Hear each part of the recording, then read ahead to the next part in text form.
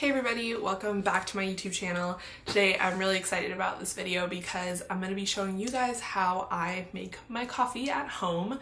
One of my biggest New Year's resolutions was to stop buying coffee because I downloaded this app called Mint right before the new year, and it basically categorizes like how you spend and you can set budgets and stuff, and I spent like $140 on coffee in 1 month.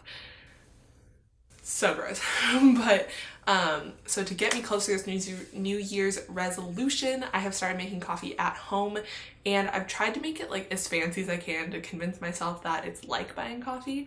So yeah, this video is actually sponsored by Planet Oat, which is the coolest thing ever, because I drink oat milk when I studied abroad and also when I went back to Europe over the summer, and it's so good. And I remember like stalking like all the oat milk places to be like, okay, when does it come to the States? Like, it came to the East Coast, when's it coming to the West Coast? So I've been on the hunt for oat milk forever, and I finally saw this at my local Kroger, and yeah, and then I ended up being able to partner with them. So this video is 4 ways to make coffee at home for cheap, and in this video I do use an espresso machine and a coffee maker, and I make cold brew. So I would say that all these recipes are able to be made with the just drip coffee, but if you do have an espresso maker, I feel like that is such a good investment in the beginning. I think they're like $200. Mine came with a milk frother, which is also like game changing. So if you're really dedicated to making your coffee at home and making it taste really good, I think that that is a big piece of it for me.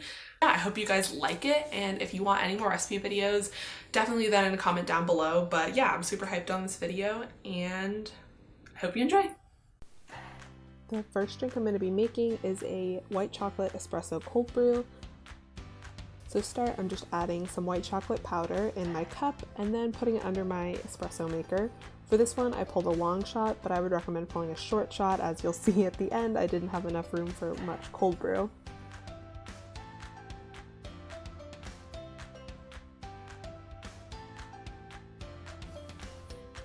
Make sure while you're pulling the shot that you're stirring the white chocolate powder in, so that way it's not clumpy and it incorporates well.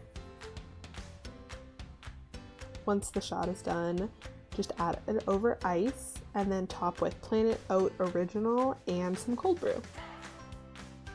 I really like using oat milk because it's dairy-free, gluten-free, soy-free, lactose-free, peanut-free, and tree nut-free.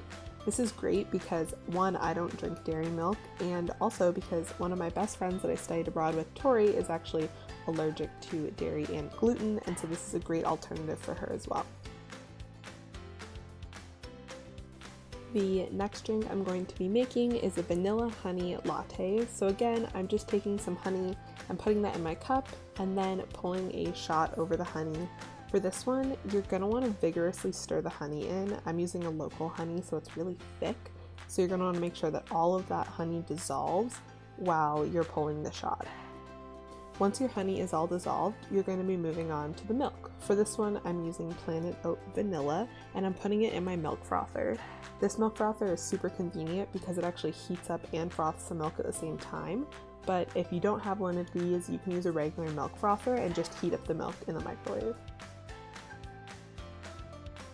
This next drink I'm going to be making actually isn't coffee. This is a matcha.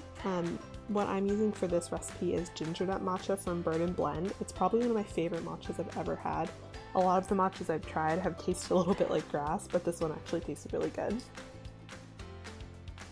The key to matcha is making sure that you whisk it properly. So I follow the directions on the packaging and then use this whisk that I got from Amazon.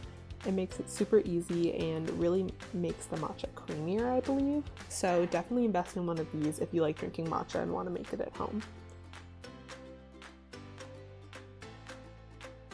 Once all of the lumps are out, you're going to pour the matcha liquid into your milk frother.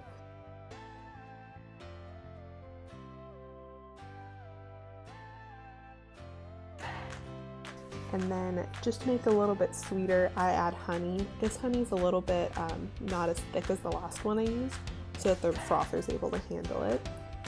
And then I also top this with the extra creamy Planet Oat milk. I think this would be great with any of the oat milk flavors, but the extra creamy is really nice for this latte because it froths up really well.